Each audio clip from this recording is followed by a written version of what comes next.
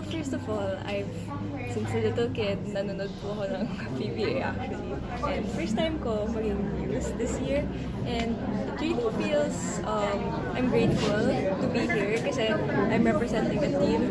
And sana, as we represent this team, I know I hold a lot of responsibility din. Kasi parang, news kasi. Sky, anong initial reaction mo nung in-invite ka nila to be their news? Parang, initial reaction, parang nakakatakot. Pero at the same time, always grateful. Like, I understand kasi atleta din ako and I represent the country. So, it's somehow the same na parang I'm representing their team. Grateful talaga. Sky, gano'n ito kakaiba? Gano'n ito kakaiba dun sa dati mo na ginagawa?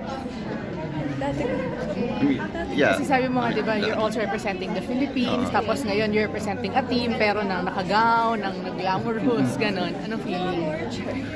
Well, I'm here, well presented, and same yan as sports. Alam mo, yung lagi pinapaghandaan, and lagi kailangan,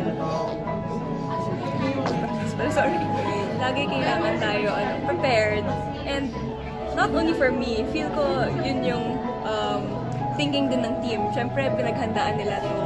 So, talagang support. Yes.